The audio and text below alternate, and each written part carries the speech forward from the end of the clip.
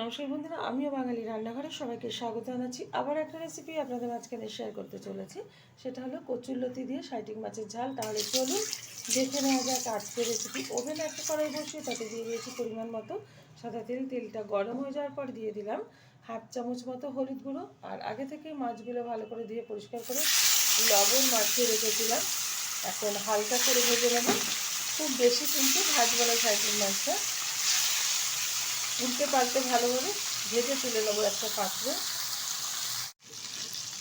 মাছগুলো উল্টে দিয়েছি আর মাছগুলো হালকাভাবে ভেজেও নিতে তুলে নিচ্ছি একটা পাত্রে।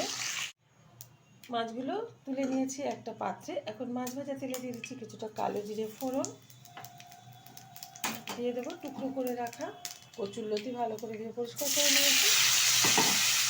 দিয়ে দিচ্ছি 1 চামচ হলুদ গুঁড়ো। এবার ভালোভাবে একটু নেড়ে চেড়ে নিচ্ছি।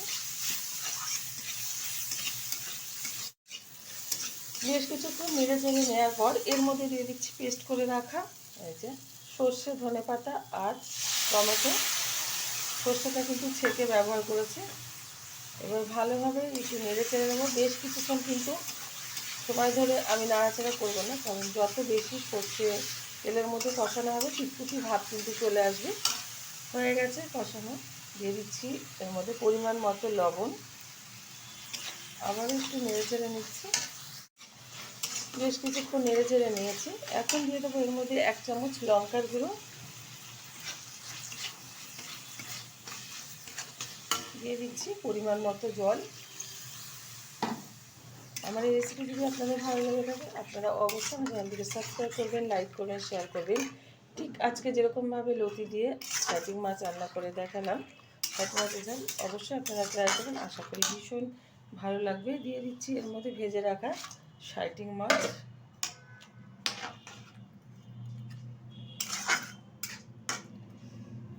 হালকা আছে ঢেকে রান্না করে নেবো 10 মিনিট। ঢাকনাটা তুলে দিচ্ছি। লতি দিয়ে সাইটিং মাছের ঝালটা কিন্তু খুব সুন্দরভাবে হয়ে গেছে। নামিয়ে নিচ্ছি। আর এখন একটা পাত্রে ঢেলে দিয়ে গরম গরম ভাতের সাথে সার্ভ করব। দেখা হবে পরের ভিডিওতে নতুন কোনো রেসিপি নিয়ে। ধন্যবাদ।